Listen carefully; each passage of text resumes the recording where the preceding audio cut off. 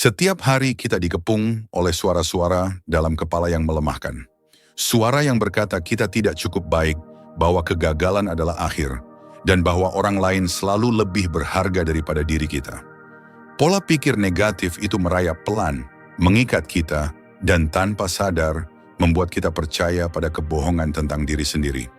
Filsuf-filsuf Stoa pernah mengingatkan, musuh terbesar manusia bukanlah dunia luar, melainkan pikirannya sendiri. Hidup akan menjadi berat bila kita terus berperang dengan bayangan yang kita ciptakan sendiri. Karena itu, langkah pertama menuju arah baru adalah berani menghancurkan pola pikir negatif dan menggantinya dengan pikiran yang membangun. Selamat datang di arah baru. Sebuah ruang untuk membebaskan diri dari belenggu batin, menata ulang cara berpikir, dan menemukan ketenangan di tengah dunia yang kacau. Di sini kita belajar mengendalikan pikiran, agar pikiran tidak mengendalikan kita. Ada sebuah kenyataan yang sering kita abaikan.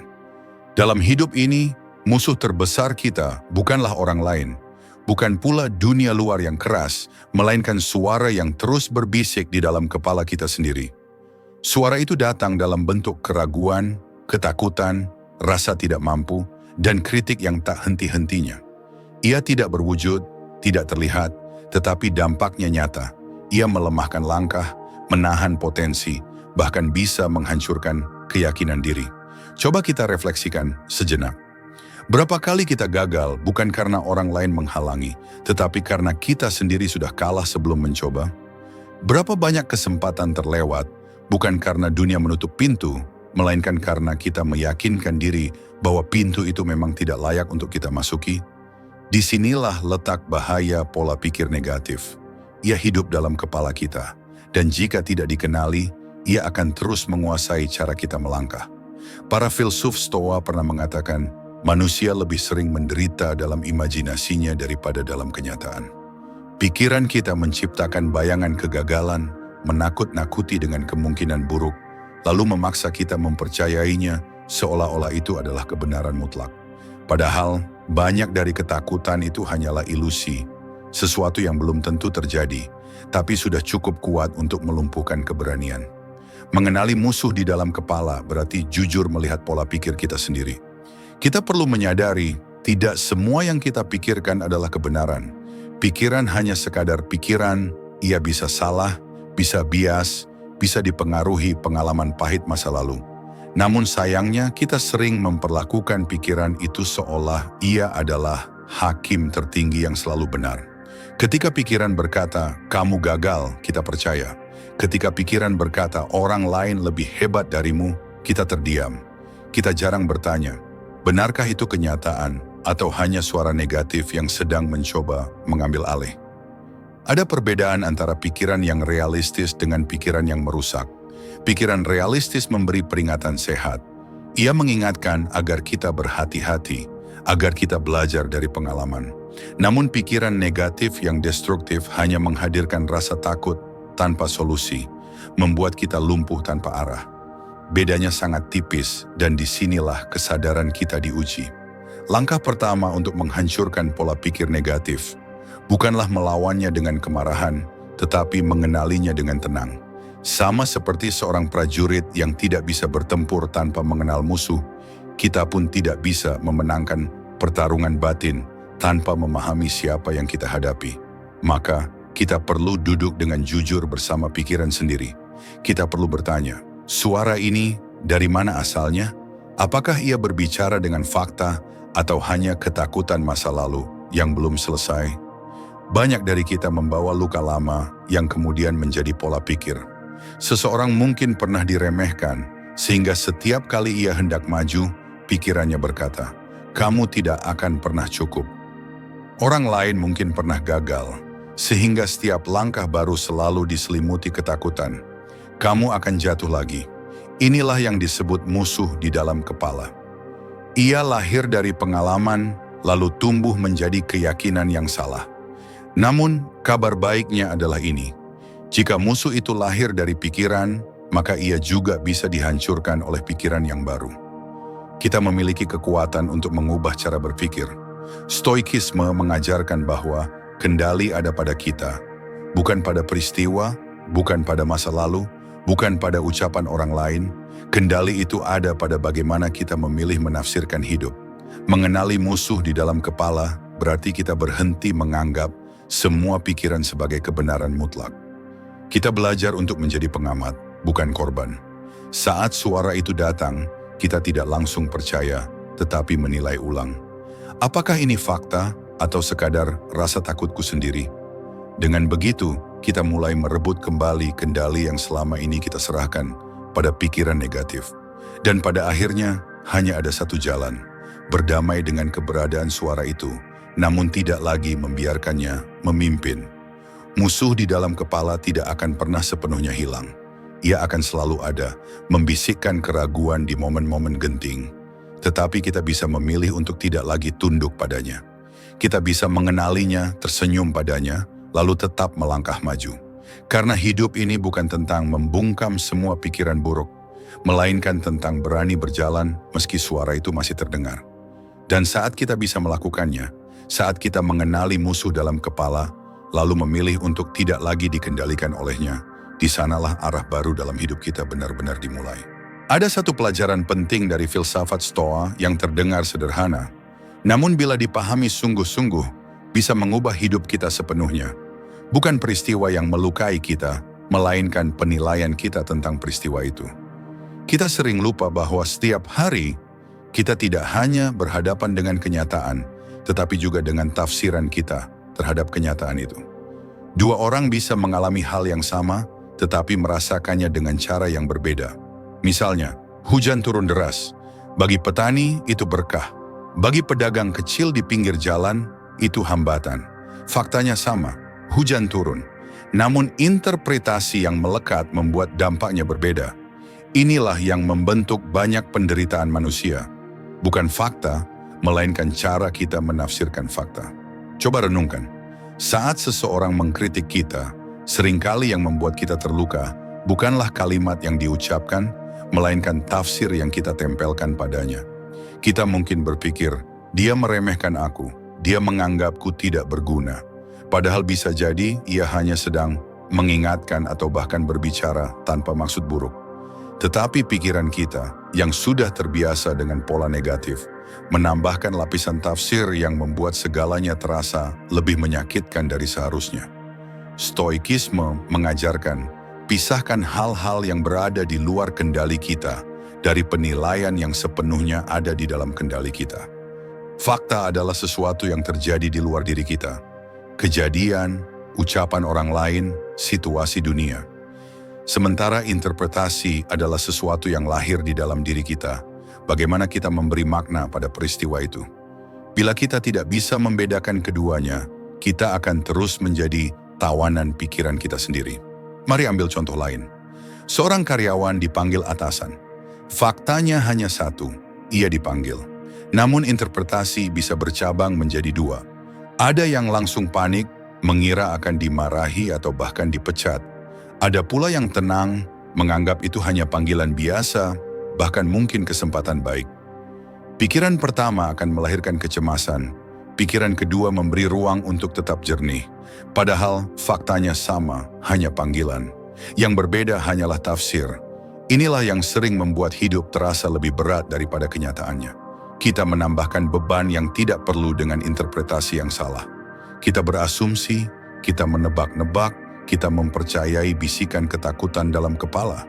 Lama-kelamaan, interpretasi itu terasa seperti kebenaran, padahal ia hanyalah cara pandang yang bisa salah, bisa berubah dan bisa diperbaiki. Untuk membedakan fakta dan interpretasi, kita perlu melatih kesadaran. Setiap kali pikiran negatif muncul, berhentilah sejenak dan tanyakan, apa fakta yang benar-benar terjadi dan apa penilaian yang aku tempelkan? Misalnya, ketika gagal dalam ujian, faktanya hanya satu, nilai kita rendah. Tetapi interpretasi sering melebar, aku bodoh, aku tidak akan pernah sukses, semua orang pasti menganggapku gagal. Lihat bagaimana pikiran kita menciptakan narasi panjang dari satu fakta sederhana. Padahal kebenarannya hanya sebatas angka di kertas. Dengan kesadaran seperti ini, kita bisa mulai menata ulang hidup. Kita tidak bisa mencegah fakta terjadi, orang lain bisa tetap mengkritik, kegagalan bisa tetap datang, dunia bisa tetap keras, tetapi kita selalu bisa memilih interpretasi yang lebih sehat. Sebuah kritik bisa ditafsirkan sebagai hinaan, tapi bisa juga sebagai masukan. Sebuah kegagalan bisa ditafsirkan sebagai tanda akhir, tapi bisa juga sebagai awal dari pembelajaran baru. Inilah kekuatan manusia, kendali atas tafsir. Ketika kita memilih tafsir yang jernih, hidup tidak lagi sesakit dulu. Bahkan peristiwa yang pahit pun bisa berubah menjadi guru.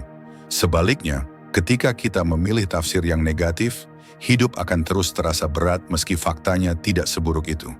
Epictetus, seorang filsuf Stoa, pernah berkata, "Manusia tidak terganggu oleh hal-hal yang terjadi, tetapi oleh cara pandangnya terhadap hal-hal itu."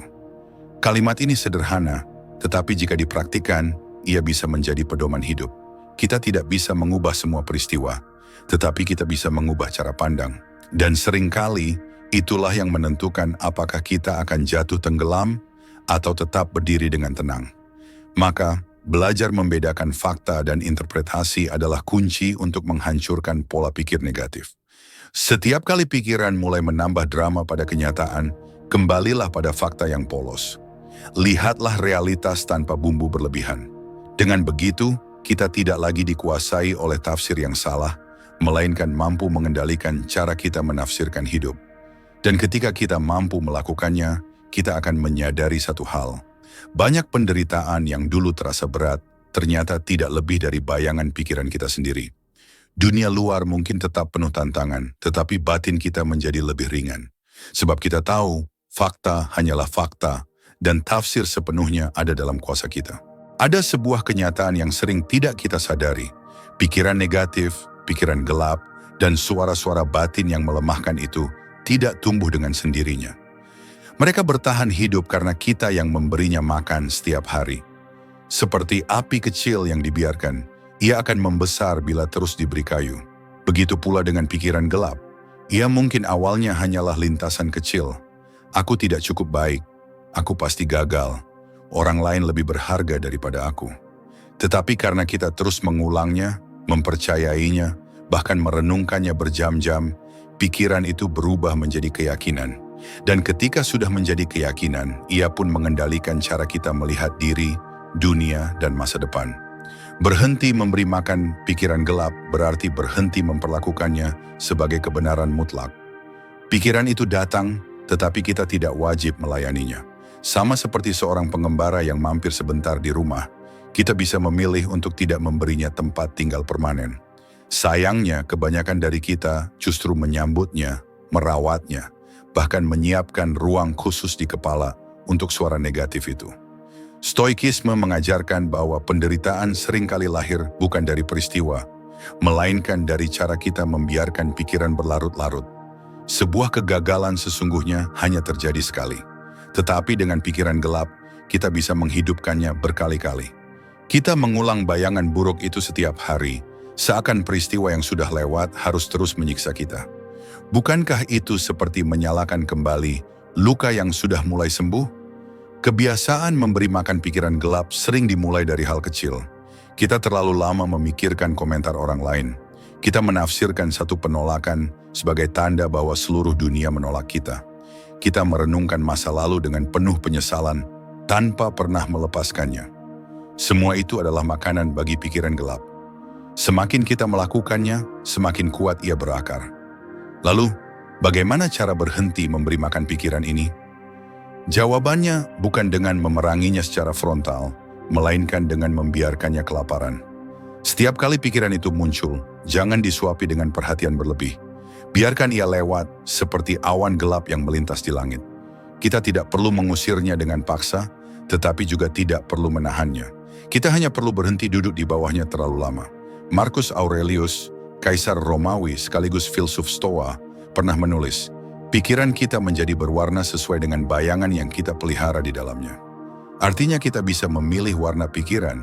Jika kita terus memberi makan pada pikiran gelap, hidup kita akan dipenuhi ketakutan dan kesedihan.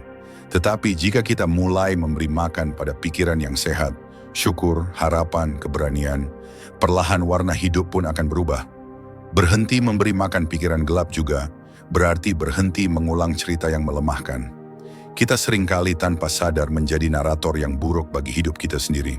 Kita terus bercerita di kepala, aku selalu gagal, aku tidak akan pernah berubah, aku tidak pantas bahagia. Cerita itu, bila terus diulang, akan membentuk kenyataan batin. Maka kita perlu berani mengubah narasi. Daripada berkata, aku selalu gagal, ubahlah menjadi aku pernah gagal. Tapi itu bukan akhir. Daripada berkata, aku tidak pantas bahagia, ubahlah menjadi aku sedang belajar untuk menemukan kebahagiaan yang sejati. Kebiasaan ini membutuhkan disiplin. Sama seperti tubuh yang sehat lahir dari makanan yang sehat, pikiran yang sehat pun lahir dari asupan yang sehat. Berhenti memberi makan pikiran gelap bukan berarti berpura-pura bahwa hidup selalu baik-baik saja, melainkan memilih untuk tidak berlama-lama dalam gelap ketika cahaya selalu ada. Fakta yang harus kita terima adalah, pikiran gelap tidak akan pernah benar-benar hilang. Ia akan selalu mencoba muncul karena ia bagian dari manusia. Namun kita bisa membuatnya lemah dengan tidak memberinya tenaga. Semakin sedikit perhatian yang kita berikan, semakin kecil pengaruhnya. Semakin jarang kita mempercayai bisikannya, semakin cepat ia memudar. Dan pada akhirnya kita akan sampai pada kesadaran sederhana, bahwa hidup ini terlalu singkat untuk dihabiskan dengan memberi makan suara-suara yang hanya melemahkan kita. Energi yang sama bisa kita arahkan untuk membangun, belajar, dan melangkah. Berhenti memberi makan pikiran gelap bukan hanya soal membebaskan diri dari penderitaan batin, tetapi juga soal memberi ruang bagi diri untuk tumbuh.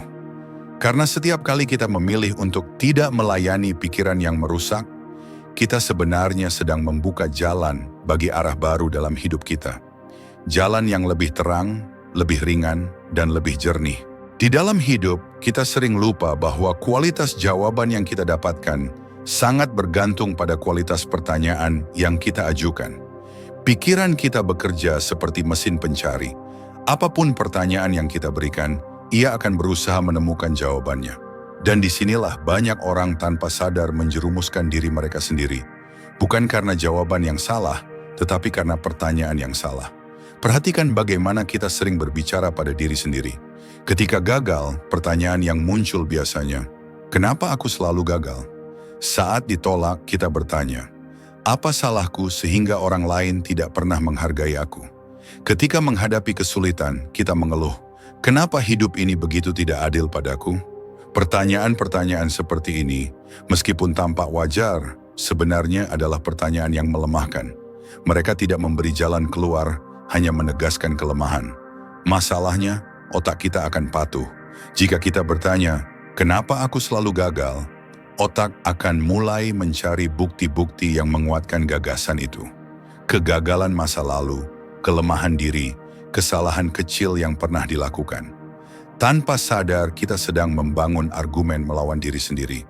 Kita menjadi hakim sekaligus terdakwa, menjatuhkan vonis bahwa diri ini tidak berharga. Padahal ada alternatif yang lebih sehat, mengganti pertanyaan melemahkan dengan pertanyaan yang menguatkan.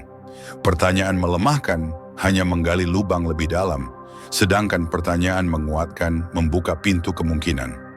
Misalnya, daripada bertanya, kenapa aku selalu gagal? Kita bisa bertanya, apa yang bisa kupelajari dari kegagalan ini?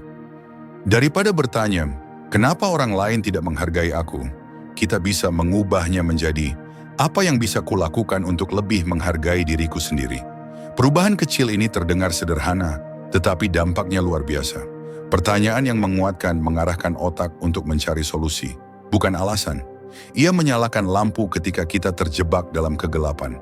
Ia memberi arah ketika pikiran kita terjebak dalam lingkaran negatif. Stoikisme pun sejalan dengan gagasan ini. Para filsuf Stoa selalu menekankan pentingnya fokus pada hal-hal yang berada dalam kendali kita. Pertanyaan menguatkan selalu mengembalikan kita pada kendali, sementara pertanyaan melemahkan hanya menyoroti hal-hal di luar kuasa kita. Misalnya bertanya, kenapa orang lain memperlakukanku dengan buruk? Hanya membawa frustrasi karena kita tidak bisa mengendalikan orang lain. Tetapi bertanya, bagaimana aku bisa menjaga ketenangan meski diperlakukan buruk? Memberi kita ruang untuk bertindak, untuk memilih respons yang lebih bijaksana. Ada sebuah latihan praktis yang bisa kita coba.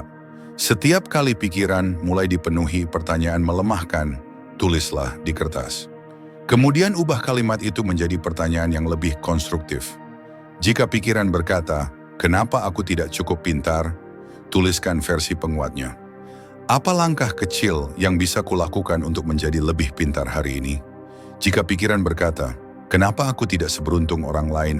Ubahlah menjadi, "Bagaimana aku bisa memanfaatkan apa yang sudah aku miliki saat ini?" Dengan latihan seperti ini, kita sedang melatih otak untuk melihat peluang alih-alih masalah. Kita melatih diri untuk berhenti terjebak dalam lingkaran menyalahkan diri sendiri dan mulai masuk ke lingkaran pertumbuhan.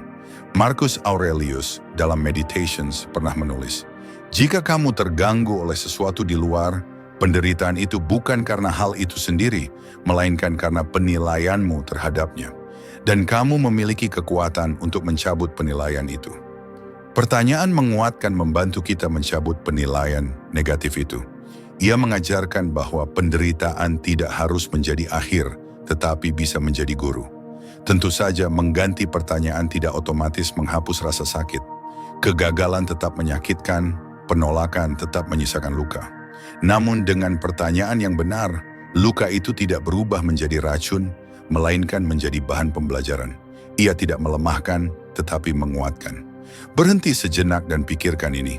Sepanjang hidup, berapa kali kita menanyakan pertanyaan yang salah kepada diri sendiri? Berapa banyak energi yang kita habiskan hanya untuk membuktikan bahwa kita tidak cukup? Padahal, jika saja pertanyaannya diganti, mungkin hidup ini akan terasa lebih ringan. Maka, mulailah dari hal sederhana. Jangan lagi bertanya, "Kenapa aku?" Tetapi gantilah dengan, "Bagaimana aku bisa?" Jangan lagi bertanya, "Kenapa selalu aku yang gagal?" Tetapi gantilah dengan, "Apa langkah berikutnya yang bisa kubuat?" Pertanyaan menguatkan tidak meniadakan kenyataan, tetapi membantu kita menghadapi kenyataan dengan kepala tegak. Dan pada akhirnya, inilah yang disebut arah baru. Hidup tidak berubah hanya dengan jawaban yang berbeda, tetapi dimulai dari keberanian untuk mengajukan pertanyaan yang berbeda. Pertanyaan yang bukan lagi melemahkan, tetapi pertanyaan yang menyalakan harapan, membuka jalan, dan membangkitkan kekuatan dari dalam diri. Dalam keseharian, kita sering bertindak secara otomatis. Seperti mesin yang bekerja berdasarkan program yang sudah tertanam, pikiran dan emosi kita sering bereaksi tanpa kita sadari. Kritik kecil bisa memicu kemarahan besar. Penolakan sederhana bisa membuat hati terluka dalam-dalam. Komentar orang lain yang tidak penting tiba-tiba terasa seperti serangan pribadi. Dan semua itu terjadi begitu cepat, hingga kita tidak sempat berpikir, apakah reaksiku ini benar-benar dibutuhkan, atau hanya respons instingtif semata? Inilah yang disebut reaksi otomatis. Ia adalah pola yang terbentuk dari pengalaman, trauma, atau kebiasaan berpikir yang salah. Ia muncul begitu cepat karena otak kita terbiasa mengambil jalan pintas. Seringkali, reaksi otomatis lebih emosional daripada rasional. Ia menyalakan api kemarahan, kecemasan, atau rasa rendah diri sebelum kita sempat menarik napas. Dan begitu reaksi itu muncul, ia membentuk konsekuensi yang nyata, hubungan retak, peluang hilang, atau rasa bersalah yang menumpuk. Stoikisme mengajarkan kita bahwa kendali sejati ada pada pikiran, bukan pada dunia luar. Dunia akan selalu berubah, orang akan selalu berperilaku sesuai karakter mereka. Dan peristiwa akan terus terjadi. Namun, yang bisa kita kendalikan hanyalah bagaimana kita menanggapi peristiwa itu. Dan untuk bisa menanggapi dengan bijak, kita membutuhkan jeda. Jeda ini adalah momen sakral meski singkat di antara rangsangan dan respons kita. Bayangkan sejenak, seseorang menyinggung Anda dengan komentar tajam. Otak otomatis memicu kemarahan. Tubuh bereaksi, jantung berdebar, otot menegang. Reaksi instingtif ini biasanya membuat kita membalas dengan kata-kata kasar atau tindakan yang mungkin kita sesali. Tetapi jika kita mampu berhenti sejenak, memberi jeda hanya 1 atau 2 napas penuh, sesuatu yang ajaib terjadi. Kita mulai mampu menilai situasi secara rasional. Apakah komentar itu benar-benar penting? Apakah ini layak memicu kemarahan? Apakah ada cara lebih bijak untuk merespons? Dalam jeda itu, kekuatan pilihan muncul. Kekuatan jeda ini sangat sederhana, namun jarang dipraktikkan. Banyak orang ingin langsung merasa lega dengan mengekspresikan emosi mereka, tanpa menyadari bahwa ekspresi instingtif seringkali justru memperburuk keadaan. Dengan jeda, kita memberi ruang bagi kebijaksanaan. Kita memutus rantai reaksi otomatis dan memberi kesempatan pada diri untuk bertindak bukan karena emosi, tetapi karena kesadaran. Latihan jeda ini bisa dimulai dari hal kecil. Ketika menghadapi kritik, tarik napas dalam-dalam sebelum menjawab. Saat marah, hitung hingga 5. Ketika gelisah, hentikan diri sejenak dan tanyakan, apakah reaksi ini akan membantu atau hanya merugikan? Awalnya terasa lambat, terasa berat. Pikiran dan tubuh terbiasa bereaksi cepat, sehingga jeda terasa seperti menahan diri. Namun semakin sering dilakukan, semakin alami jeda itu menjadi. Lama-kelamaan, kita mulai bereaksi bukan berdasarkan kebiasaan, tetapi berdasarkan kehendak sadar. Kekuatan jeda juga membuka ruang untuk introspeksi. Dalam jeda itu, kita bisa bertanya, apakah respons ini mencerminkan siapa saya atau hanya kebiasaan lama yang salah? Apakah saya ingin melanjutkan pola lama atau memulai cara baru yang lebih bijak? Disinilah arah baru dalam hidup mulai terbentuk. Bukan karena dunia berubah, tetapi karena cara kita memilih menanggapi dunia berubah. Seneca, seorang filsuf Stoa, pernah menekankan pentingnya mengendalikan diri dalam menghadapi emosi. Ia berkata, bukan karena hal-hal yang terjadi, tetapi karena sikap kita terhadapnya, kita tersiksa atau damai. Jeda adalah jembatan antara kejadian dan sikap kita. Tanpa jeda, kita hanyalah tawanan reaksi. Dengan jeda, kita menjadi penguasa diri sendiri. Kekuatan jeda bukan hanya soal menahan marah atau menahan kesedihan. Ia juga tentang memberi ruang bagi pikiran positif untuk muncul, memberi waktu bagi intuisi untuk berbicara, dan memungkinkan kita untuk memilih tindakan yang membawa pertumbuhan, bukan penyesalan. Pada akhirnya, menghentikan reaksi otomatis adalah bentuk tertinggi dari kebebasan batin. Kita tidak bisa mengubah semua peristiwa atau perilaku orang lain. Dunia akan terus menantang. Namun setiap kali kita menahan diri, menarik napas, dan memberi jeda sebelum merespons, kita menegaskan satu hal. Hidup ini tidak mengendalikan kita, kita yang mengendalikan hidup kita. Dan ketika kebiasaan ini terbentuk, setiap reaksi kita menjadi cerminan kesadaran, bukan impuls. Setiap kata yang keluar dari mulut, setiap tindakan yang kita ambil, menjadi bukti bahwa kita memilih arah baru. Arah yang tenang, bijak, dan penuh kendali atas diri sendiri. Pikiran negatif, jika tidak ditangani, ibarat racun yang perlahan-lahan meracuni kehidupan. Ia membuat kita melihat dunia hanya dari sisi kekurangan, menyoroti hal-hal yang salah, dan menutupi semua hal yang baik. Kita lupa untuk menghargai hal-hal kecil yang sebenarnya menjadi fondasi kebahagiaan. Udara yang kita hirup, tubuh yang masih sehat, mata yang masih mampu melihat dunia, tangan yang masih mampu bekerja dan mencipta. Dan disinilah latihan syukur muncul sebagai penawar. Syukur bukan sekadar ungkapan formal atau kebiasaan menulis terima kasih di buku harian. Syukur adalah kesadaran penuh yang menenangkan batin, bahwa meski hidup penuh tantangan, ada hal-hal yang tetap bisa kita syukuri. Dalam konteks stoikisme, syukur menjadi alat untuk melihat dunia sebagaimana adanya, fakta tanpa penilaian berlebihan. Ketika kita melatih syukur, kita menolak untuk memberi ruang bagi pikiran gelap yang ingin menekankan kekurangan dan kegagalan. Latihan syukur dimulai dengan perhatian sederhana. Pagi hari sebelum menatap layar atau mendengar kabar dari dunia luar, tarik napas dan renungkan. Apa yang masih aku miliki hari ini? Tubuh yang sehat, pikiran yang jernih, kesempatan untuk memulai lagi. Setiap kali kita menghitung berkah, sekecil apapun, kita menyalakan cahaya yang mengusir bayangan negatif. Penting untuk menyadari bahwa pikiran negatif selalu mencari celah. Ia muncul saat kita gagal, saat seseorang mengecewakan kita, saat dunia terasa tidak adil. Ia membisikkan, tidak ada yang baik untukmu, atau segalanya salah. Jika kita menyerah pada bisikan itu, kita semakin tenggelam.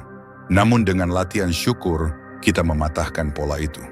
Kita berkata pada diri sendiri, ya kegagalan itu ada, kekecewaan itu nyata, tapi aku masih memiliki hal-hal yang berharga.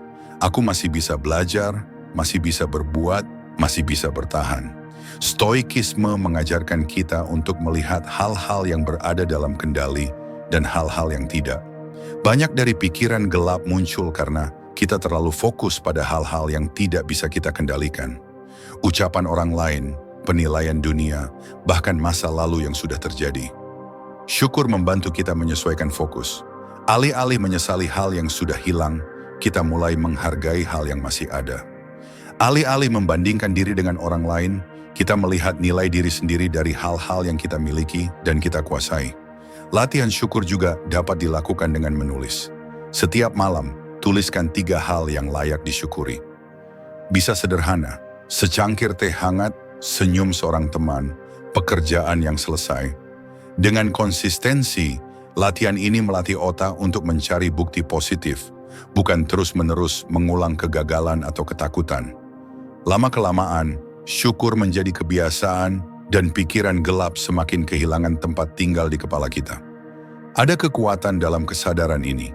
Ketika kita bersyukur, kita tidak menyangkal kesulitan atau rasa sakit. Sebaliknya, kita memberi ruang untuk melihat bahwa di tengah kesulitan pun ada hal-hal yang layak diapresiasi. Dan kesadaran inilah yang menenangkan hati, menumbuhkan ketenangan batin, dan memberi kita kekuatan untuk melangkah meski dunia penuh tantangan. Syukur juga menumbuhkan perspektif jangka panjang. Ketika kita fokus pada hal-hal yang kita hargai, kita belajar bersabar, belajar menerima proses, dan belajar menunda kepuasan instan. Kita menyadari bahwa kebahagiaan bukan sesuatu yang datang dari luar, melainkan hasil dari cara kita menafsirkan dunia.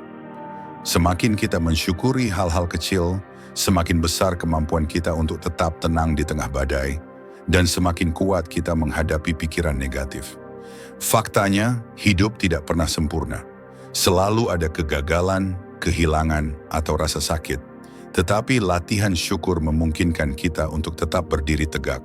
Ia mengajarkan bahwa kebahagiaan bukan soal memiliki dunia yang sempurna, melainkan mampu menemukan kebaikan di dunia yang nyata. Dan ketika kita menanamkan syukur setiap hari, pikiran gelap yang tadinya meracuni tidak lagi berkuasa. Sebaliknya, pikiran kita menjadi taman yang subur, tempat ide, keberanian, dan ketenangan tumbuh. Pada akhirnya, latihan syukur bukan sekadar rutinitas. Ia adalah bentuk perlawanan terhadap pola pikir negatif, bentuk penguatan diri, dan jalan menuju arah baru.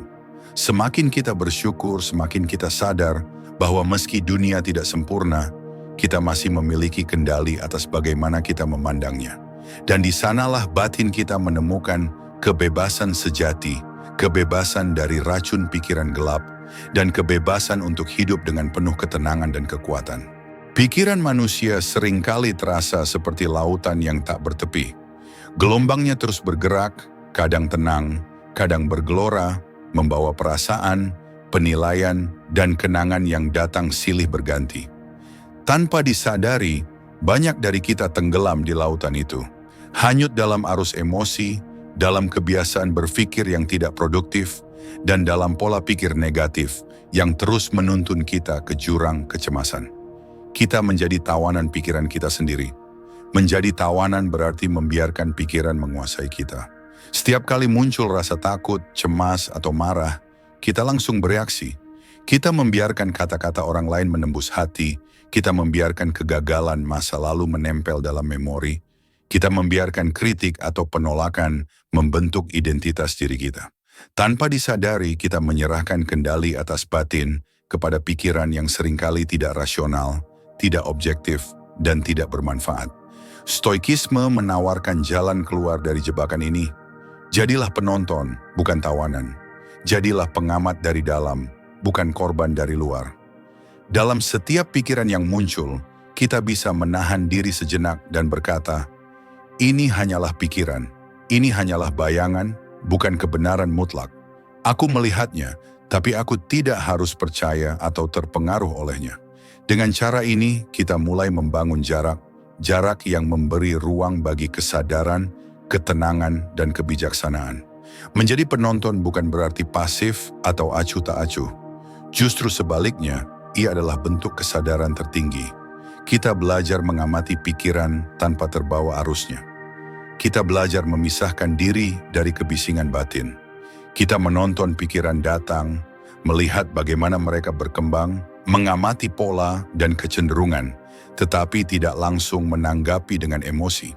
Seperti seorang penonton yang menyaksikan pertunjukan, kita menikmati proses tanpa harus terlibat secara destruktif. Praktik ini bisa dimulai dari hal sederhana. Setiap kali muncul perasaan cemas atau marah, hentikan sejenak.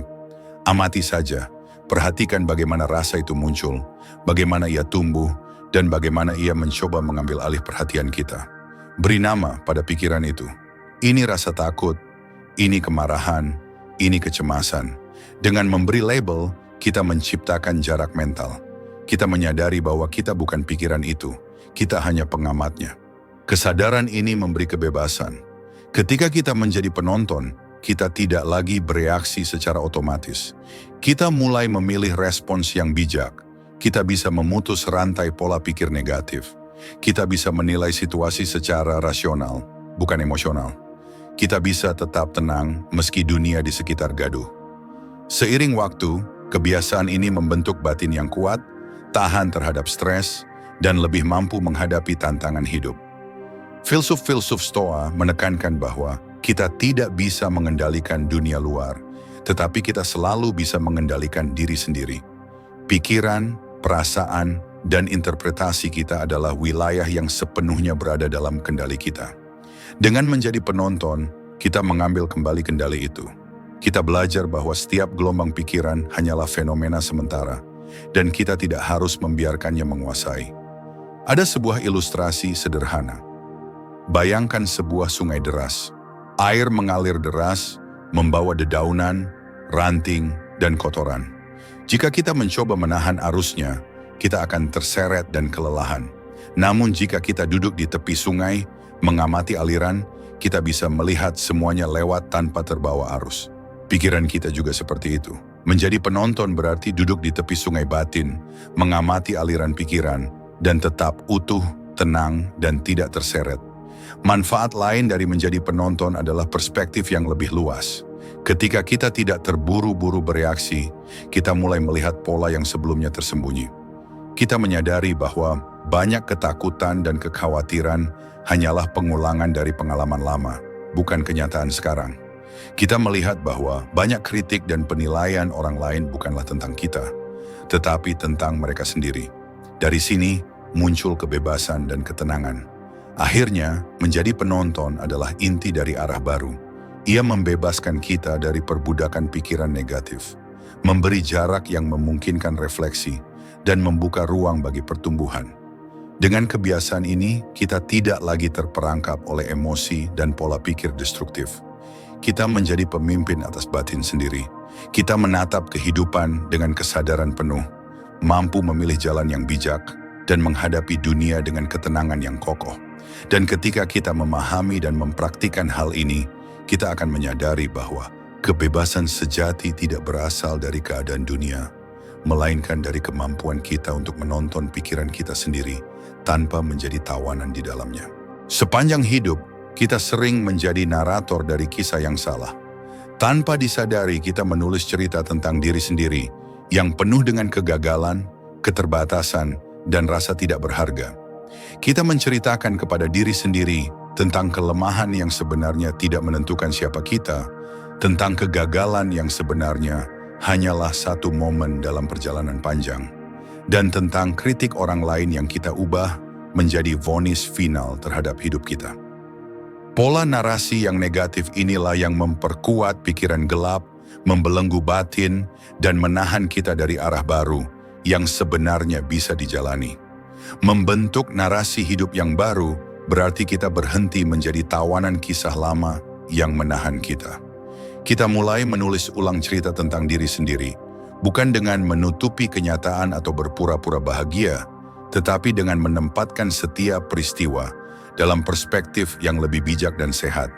Ini bukan soal memalsukan kebenaran, melainkan soal memilih tafsir yang membangun. Tafsir yang memberi kekuatan alih-alih kelemahan. Setiap kegagalan, setiap kesalahan, setiap luka masa lalu bukan lagi titik akhir, tetapi bab dalam perjalanan pembelajaran. Alih-alih berkata, "Aku selalu gagal," kita bisa menulis, "Aku pernah gagal, tapi kegagalan itu mengajarkanku pelajaran yang berharga." Alih-alih berkata, "Aku tidak pantas bahagia," kita bisa menulis, "Aku sedang belajar untuk menemukan kebahagiaan yang sejati, meski jalan itu tidak selalu mudah." Dengan begitu, pikiran kita mulai terbiasa menafsirkan hidup secara konstruktif. Stoikisme mengajarkan bahwa bukan peristiwa yang menentukan nasib kita, melainkan interpretasi kita terhadap peristiwa itu. Setiap cerita yang kita ceritakan pada diri sendiri adalah tafsir, bukan fakta mutlak. Maka dengan sadar menulis narasi baru, kita menempatkan kendali kembali di tangan kita. Kita memilih bagaimana melihat hidup, bagaimana menilai diri, dan bagaimana membentuk masa depan. Latihan praktis untuk membentuk narasi baru bisa dimulai dari menulis atau berbicara secara sadar. Setiap malam, evaluasi hari yang telah dilalui.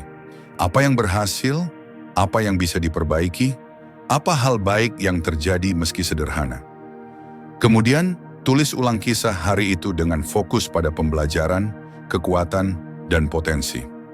Lambat laun, kebiasaan ini menumbuhkan cara berpikir baru, pikiran yang jernih, positif, dan berfokus pada pertumbuhan. Membentuk narasi baru juga berarti berhenti membandingkan hidup kita dengan hidup orang lain. Kita sering terjebak dalam narasi negatif karena melihat orang lain tampak lebih sukses, lebih bahagia, atau lebih beruntung. Padahal, yang kita lihat hanyalah fragmen kecil kehidupan mereka, bukan keseluruhan perjalanan. Dengan menulis narasi kita sendiri, kita mulai menerima bahwa setiap perjalanan unik. Kita tidak lagi mengukur diri dengan standar orang lain, melainkan dengan pembelajaran dan pertumbuhan kita sendiri. Narasi baru memberi kita kekuatan untuk merespons dunia dengan bijak. Ketika hidup menghadirkan kegagalan, narasi baru membuat kita melihatnya sebagai batu loncatan, bukan hambatan. Ketika orang lain mengecewakan, narasi baru membantu kita tetap tenang, memahami, dan memilih tindakan yang konstruktif. Dengan begitu, pikiran negatif kehilangan pengaruhnya karena kita sudah menulis ulang konteks di mana peristiwa itu terjadi. Lebih jauh lagi, narasi baru bukan sekadar menulis ulang masa lalu, tetapi juga membentuk masa depan. Setiap tindakan yang kita ambil hari ini adalah bab baru dalam kisah hidup. Dengan narasi positif, kita menanam benih untuk masa depan yang lebih kuat, lebih bijak, dan lebih damai. Kita menulis jalan hidup bukan berdasarkan ketakutan, tetapi berdasarkan kesadaran dan keberanian. Akhirnya, membentuk narasi hidup yang baru adalah bentuk tertinggi dari pembebasan batin. Ia memutus rantai pola pikir negatif yang telah lama mengekang.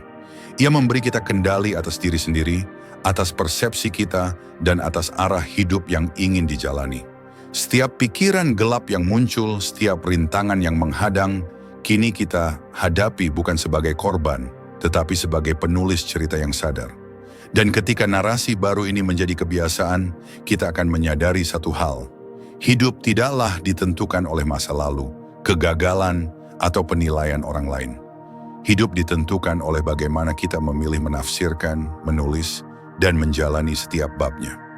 Disinilah arah baru sejati dimulai, dari kemampuan kita membentuk cerita yang menguatkan, yang memberi makna, dan yang membawa kita menuju versi terbaik dari diri kita sendiri. Hidup tidak akan berubah hanya karena kita berharap. Ia berubah ketika kita memilih untuk mengambil kendali atas pikiran, meruntuhkan pola negatif, dan menulis ulang cerita diri sendiri. 8 langkah yang telah kita bahas, mengenali musuh di dalam kepala, membedakan fakta dan interpretasi, berhenti memberi makan pikiran gelap, mengganti pertanyaan yang melemahkan dengan pertanyaan yang menguatkan, memberi jeda sebelum bereaksi, latihan syukur, menjadi penonton pikiran, dan membentuk narasi hidup baru, semua adalah alat untuk membebaskan diri dari belenggu batin. Di channel Arah Baru, kami hadir bukan hanya untuk memberi motivasi sesaat, tetapi untuk menuntun Anda menemukan arah hidup yang lebih jernih, lebih kuat, dan lebih damai. Setiap konten adalah ajakan untuk merenung, menyadari, dan bertindak, seperti filsafat stoikisme yang mengajarkan bahwa kebebasan sejati lahir dari kendali atas diri sendiri. Jadikan setiap hari sebagai langkah menuju versi terbaik dari diri Anda. Bergabunglah di Arah Baru, temukan inspirasi, dan mulailah perjalanan untuk menghancurkan pola pikir negatif, membentuk pikiran yang tangguh, dan menulis kisah hidup yang penuh makna. Hidup ini singkat, tetapi arah baru selalu bisa dimulai hari ini.